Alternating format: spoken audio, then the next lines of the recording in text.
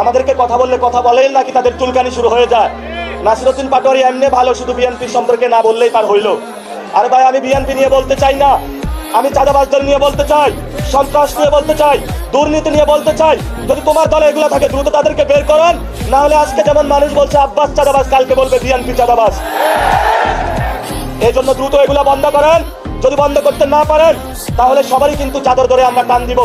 যেখানে লেখা আছে চাঁদাবাজ, সন্ত্রাস, দুর্নীতি, সেখানে আমাদের শক্ত লড়াই হবে। আপনারা ঘরের দেওয়ালে, মার্কেটে, বিভিন্ন জায়গায় লিখে রাখবেন চাঁদাবাজদের বয়কট করুন। এখানে চাঁদাবাজের প্রবেশাধিকার নিষিদ্ধ, সামাজিকভাবে তাদেরকে বয়কট করতে হবে। মসজিদের মিম্বার থেকে খুতবা দিতে হবে, ক্লাস থেকে টিচার ঘোষণা করতে হবে। তোমরা যারা চাঁদাবাজ আছো, স্টুডেন্ট যারা রয়েছেন, বলতে হবে বাবা যদি তুমি চাঁদাবাজি করো তোমার ইনকাম আমার দরকার নাই, তুমি এই ঘরে আর আসবা না। বউ তার জামাইকে বলতে হবে তুমি যদি চাঁদাবাজি করো তোমার সংসারে আমার খাওয়ার দরকার নাই, দরকার হয় আমি রাস্তার পাশে দোকান দিয়ে খাবো, তবু চাঁদাবাজদের টাকা আমরা ধরবো না। সবাই আপনারা চাঁদাবাজদের বিরুদ্ধে ঐক্যবদ্ধ থাকবেন, দুর্নীতির বিরুদ্ধে ঐক্যবদ্ধ থাকবেন, সন্ত্রাসের বিরুদ্ধে ঐক্যবদ্ধ থাকবেন, আওয়ামী লীগের বিরুদ্ধে ঐক্যবদ্ধ থাকবেন।